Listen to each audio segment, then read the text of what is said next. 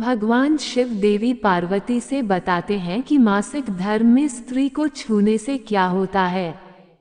एक समय की बात है, भगवान शिव और माता पार्वती कैलाश पर्वत पर बैठे हुए थे। तभी माता पार्वती ने भगवान शिव से कहा, स्वामी मेरे मन में दो प्रश्न उठ रहे हैं जिनके उत्तर मैं आपसे जानना चाहती हूँ।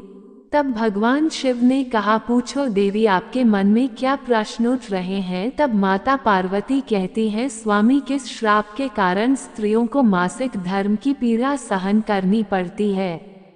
और मेरा दूसरा प्रश्न यह है, प्रभु एक रजस्वला स्त्री को कौन से कार्य नहीं करने चाहिए जिससे उन्हें पाप लगता है। भगवान शिव कहते हैं, हे देवी, आज तुमने मानव जाति के कल्याण के लिए बहुत ही उत्तम प्रश्न किया है। तुम्हारे इन सभी प्रश्नों का उत्तर माधव ब्राह्मण की इस प्राचीन कथा से प्राप्त हो जाएगा। इस महान कथा का श्रवण करने मात्र से ही समस्त पापों का नाश होता है। जो भी पति पत्नी इस कथा को ध्यान पूर्वक सुनते हैं उन्हें सौभाग्य की प्राप्ति होती है। इसलिए हे देवी, आप भी इस कथा को ध्यान पूर्वक सुनिए। माता पार्वती कहती है, हे प्रभु, ये माधव ब्राह्मण कौन थे, उनका आचार विचार कैसा था, मैं इस कथा को अवश्य सुनना चाहती हूँ। कृपया आप इस कथा को मुझसे कहिए, मैं इसे ध्यान पूर्वक पूरा अवश्य सुनूंगी। भगवान शिव कहते हैं, हे देवी, पूर्व काल की बात है, मध्य देश में एक अत्यंत सुंदर नगरी थी। उस नगरी में माधव नाम के ब्राह्मण रहा करते थे। माधव को समस्त शास्त्रों और वेदों का ज्ञान था।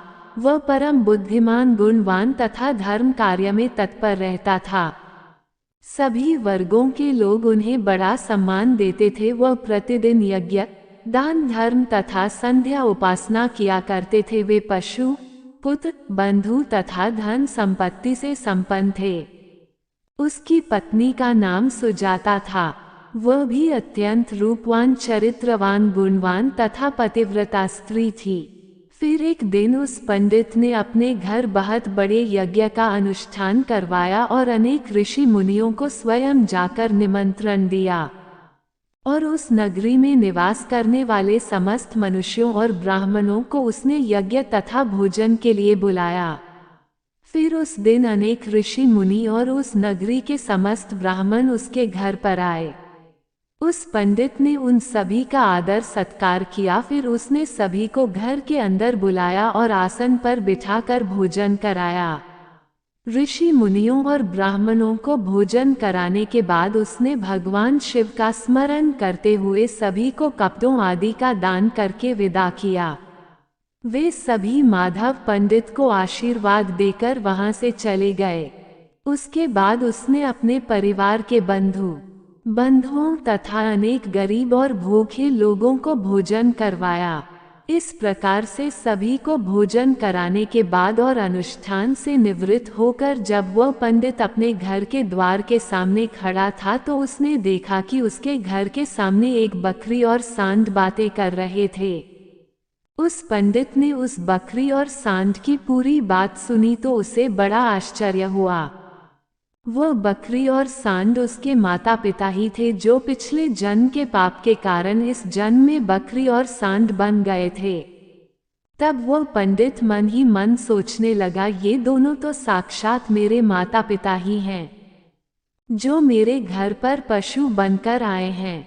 किस कारण से इन दोनों को पशुओं का शरीर प्राप्त हुआ है, अब इनके उद्धार के लिए मैं क्या करूं? इस प्रकार मन में विचार करते हुए उस पंडित को रात भर नींद नहीं आई और वह रात भर भगवान शिव का स्मरण करते हुए सोच विचार करने लगा। उसने सोचा, मेरे माता पिता की मुक्ति का उपाय केवल ऋषि श्रृंगी ही बता सकते हैं। फिर सुबह होते ही माधव पंडित स्नान आदि कार्य से निवृत्त होकर ऋषि श्रृंगी के आश्रम पहुंच गया। आश्रम पर पहुंचते ही ऋषि श्रृंगी ने माधव पंडित का स्वागत किया और कहने लगे, हे पंडित जी, आज किस कारण से आपका हमारे आश्रम में आगमन हुआ है? आपके मुखमंडल पर यह कैसी उदासी छाई हुई है? बताओ, आपके दुख का क्या कारण है? फिर माधव पंडित कहता है, हे गुरुदेव, आपके श्री चरणों में सादर प्रणाम। आपके दर्शन से आज मेरा जन्म सफल हो गया है। हे गुरुदेव, आज मैं आपके पास एक जटिल प्रश्न लेकर आया हूँ। कृपया आप ही मुझे इस कष्ट से बाहर निकाल सकते हैं। मैं अत्यंत दुखी और दुर्बल हो गया हूँ। ऋषि श्रृंगी कहते हैं, पंडित जी चिंता ना करो, तुम्हारा जो भी प्रश्न है निसंकोच होकर पूछो, मैं अवश्य तुम्हारी समस्या का समाधान करूँगा। फिर माधव पंडित कहता है, हे गुरुदेव, कल मैंने अपने घर पर शिव चर्चा रखी तथा अनेक ब्राह्मण को और भूखे लोगों को भोजन कराया, विधिपूर्वक भगवान शिव का पूजन किया। फिर मेरे द्वार के ठीक सामने एक बकरी और सांड आया। फिर दोनों मेरे घर के सामने खड़े होकर बातें कर रहे थे। सबसे पहले बकरी उस सांड से इस प्रकार से कहने लगी, हे स्वामी, आज जो घटना घटी उसे ध्यान से सुनिए। हमारे पुत्र के घर में ब्राह्मणों के भोजन के लिए जो दूध रखा हुआ था, उस दूध में एक सांप ने अपना जहर उगल दिया था, जिसे देखकर मुझे बड़ी चिंता होने लगी। इस दूध से भोजन बनने वाला था। अगर सभी लोग उस दूध को खा लेते तो उनकी मृत्यु हो जाती। इसलिए मैंने उस बर्तन से सारा दूध पी लिया और जब बहू की दृष्टि मुझ पर पड़ी तो उसने मुझे खूब पीटा, जिससे मेरा अंग भंग हो गया। मुझे बहुत पीड़ा हो रही है, इसी कारण से मैं लड़खड़ाते हुए चल रही हूँ और मुझे ये पीड़ा सहन नहीं हो रही है। बकरी की बात सुनकर वह सांड बहुत दुखी हुआ और वह खुद का वृतांत सुनाने लगा। हे प्रिय, अब मैं तुम्हें अपने दुख का कारण सुनाता हूँ। मैं पूर्व जन्म में इस माधव पंडित का पिता था। आज उसने सभी ऋषि मुनियों और ब्राह्मणों को भोजन कराया, किंतु इसने मेरे सामने थोड़ी सी भी घास नहीं डाली और न मुझे जल पिलाया। इसी कारण से मैं बहुत दुखी हो गया हूँ। फिर माधव पंडित कहता है, इस प्रकार से अपने माता पिता को बकरी और सांड के रूप में ऐसी बातें करते हुए देखकर मुझे बड़ा दुख हुआ और मुझे रात भर नींद नहीं आई। हर क्षण मुझे चिंता सता रही है। मैंने कभी कोई पाप नहीं किया है, हमेशा ही मैंने धर्म के कार्य किए हैं, फिर भी मेरे माता पिता को ऐसे कष्ट झेलना पड़ रहा है। इसी कारण से आज मैं आपके पास आया हूँ। कृपया आप अपनी योग शक्ति से पता करके मुझे बताइए किस कारण से मेरे माता पिता की ऐसी दुर्दशा हुई है और उनकी मुक्ति के लिए मुझे कौन सा कर्म करना चाहिए। फिर ऋषि श्रृंगी ध्यान लगाकर उस पंडित के माता पिता के पूर्व जन्म के कर्मों को देखते हैं और पंडित से कहने लगते हैं, हे पंडित, तुम्हारे माता पिता ने पिछले जन्म में घोर पाप किया है। इस पाप के कारण आज उनकी ऐसी दुर्दशा हुई है। फिर पंडित कहता है, हे गुरुदेव, किस पाप के कारण मेरे माता पिता की ऐसी दुर्दशा हुई है, कृपया विस्तार से बताइए, मैं जानना चाहता हूँ। फिर ऋषि श्रृंगी कहते हैं, हे पंडित, तुम ध्यान से सुनो। ये सांड जो तुम्हारे पिता है, ये पिछले जन्म में रामनगर के श्रेष्ठ पंडित रहे हैं। इन्होंने एक दिन पूर्णिमा का व्रत करके भोजन किया था। पूर्णिमा के व्रत के दिन इसने दान धर्म भी नहीं किया। इसने अपने द्वार पर आए हुए भूखों को कभी भोजन नहीं खिलाया। इसने अपने पितरों का श्राद्ध तर्पण भी विधि पूर्वक नहीं किया। तुम्हारे पिता ने पिछले जन्म में मासिक धर्म के दौरान ही तुम्हारी माता के साथ संबंध बनाया था और इसी पाप के कारण इस जन्म में सांड का रूप प्राप्त हुआ है। अब तुम्हारी माता के बारे में सुनो। तुम्हारी माता ने रजस्वला होते हुए भी भोजन बनाया। मासिक धर्म के दौरान ही इसने भगवान की पूजा की, तुलसी को जल चढ़ाया। रजस्वला होते हुए भी उसने भगवान को भोग लगाया। इसी कारण से इसे महापाप लगा है। मासिक धर्म के दौरान स्त्री 3 दिनों के लिए अपवित्र हो जाती है। मासिक धर्म के दौरान स्त्री को पूजा पाठ नहीं करना चाहिए। स्त्री को इन 3 दिनों में अपने बाल भी नहीं धोने चाहिए। इससे पति की आयु कम होती है। मासिक धर्म के दौरान पेड़ पौधों को भी स्पर्श नहीं करना चाहिए। रजस्वला स्त्री के साथ संबंध भी नहीं बनाना चाहिए।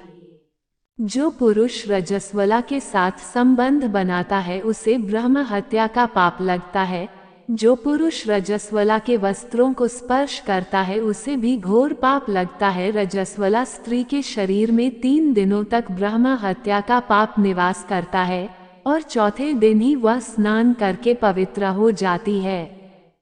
चौथे दिन स्नान करने के पश्चात रजस्वला स्त्री को अपने पति का मुख देखना चाहिए, अन्य किसी पुरुष का मुख नहीं देखना चाहिए। यदि पति समीप न हो तो सूर्य देव के दर्शन करने चाहिए।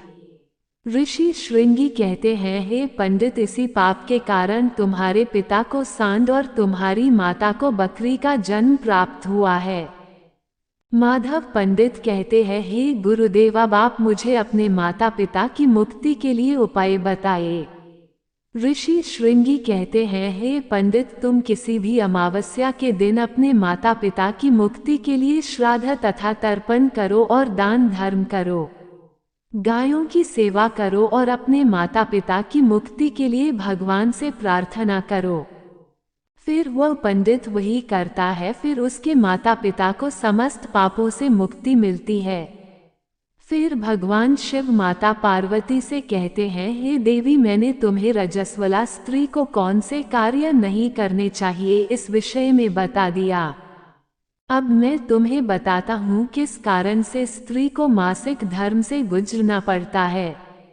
सतयुग में कालकूट नाम के प्रसिद्ध असुर हुआ करते थे। दानव होने के कारण उनका स्वभाव उग्र था और वो हमेशा ही युद्ध करने के लिए तत्पर रहते थे। फिर एक दिन सभी दानव वृतासुर के साथ मिलकर स्वर्गलोक पर चढ़ाई करने लगे। उन असुरों के पास भयंकर शक्तिशाली अस्त्र शस्त्र थे जिनका देवता सामना न कर सके और भागकर ब्रह्मा जी के पास चले गए। फिर ब्रह्मा जी ने उन असुरों को परास्त करने का उपाय बताते हुए कहा, हे देवराज इंद्र, तुम इसी क्षण महर्षि दधीची के पास जाओ, वे अपने शरीर की हड्डियों से तुम्हें अस्त्र शस्त्र प्रदान करेंगे। उन अस्त्र शस्त्रों का प्रयोग करके तुम उन असुरों का वध कर सकोगे। फिर सभी देवता महर्षि दधीची के आश्रम पर जाते हैं और उनसे प्रार्थना करके अस्त्र शस्त्र प्रदान करने की विनती करने लगते हैं। फिर संसार के कल्याण के लिए महर्षि दधीची अपने शरीर की हड्डियों से अस्त्र शस्त्रों का निर्माण करते हैं और उन्हीं अस्त्रों में से एक वज्र नाम का अस्त्र होता है जिन्हें देवराज इंद्र धारण कर लेते हैं। फिर सभी देवता उन असुरों से युद्ध करने के लिए निकल जाते हैं। देवता और असुरों के बीच भीषण युद्ध होता है। सभी देवता आकाश में असुरों से युद्ध के लिए इकट्ठे हो जाते हैं और प्रहार करने लगते हैं। अग्निदेव अग्नि के प्रहार से दैत्यों को जलाने लगते हैं। फिर अग्नि के प्रभाव से असुरों के शरीर जलने लगते हैं। फिर वरुण देव जल की वर्षा से असुरों को डुबो देते हैं, जिससे असुर त्राही त्राही करने लगते हैं। अनेक दिनों तक इस प्रकार से देवताओं और असुरों में भीषण युद्ध चलने लगता है। फिर देवराज इंद्र और वृतासुर आमने सामने आ जाते हैं और दोनों के बीच भीषण युद्ध होने लगता है और फिर देवराज इंद्र अपने वज्र का प्रहार करके वृतासुर को मार डालते हैं। वृतासुर की मृत्यु होते ही उसके शरीर से ब्रह्म हत्या बाहर निकलती है और देवराज इंद्र का पीछा करने लगती है। फिर वह ब्रह्म हत्या इंद्र के शरीर में प्रवेश कर जाती है, जिससे इंद्र को ब्रह्म हत्या का पाप लगता है।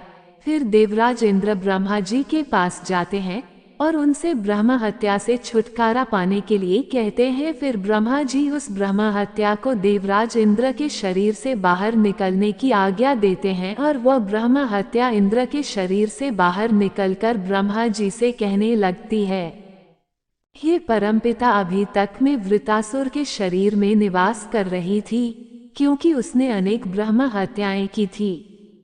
जब इंद्र ने उसकी हत्या कर दी तो मैं इंद्र के शरीर में निवास करने लगी। अब आप ही मुझे उचित स्थान दीजिए जहां पर मैं रह सकूं। फिर ब्रह्मा जी कहने लगे हैं, ब्रह्म हत्या मैं तुम्हें उचित स्थान देता हूं।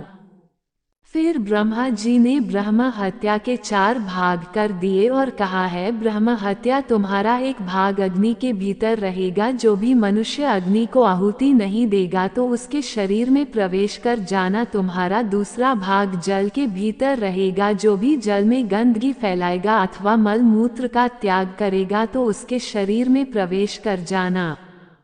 तुम्हारा तीसरा भाग पेड़ पौधों में रहेगा। जो भी मनुष्य बिना कारण ही वृक्षों को काटेगा उसे भी ब्रह्म हत्या का पाप लगेगा। फिर ब्रह्मा जी ने अप्सराओं को अपने पास बुलाया और कहा, हे अप्सराओं, इस ब्रह्म हत्या का 1/4 भाग तुम ग्रहण करो। अप्सराएं कहने लगी, हे प्रभु, आपकी आज्ञा से हम इसे ग्रहण करने के लिए तैयार है, किंतु हमें भी इससे मुक्ति का उपाय बताइए।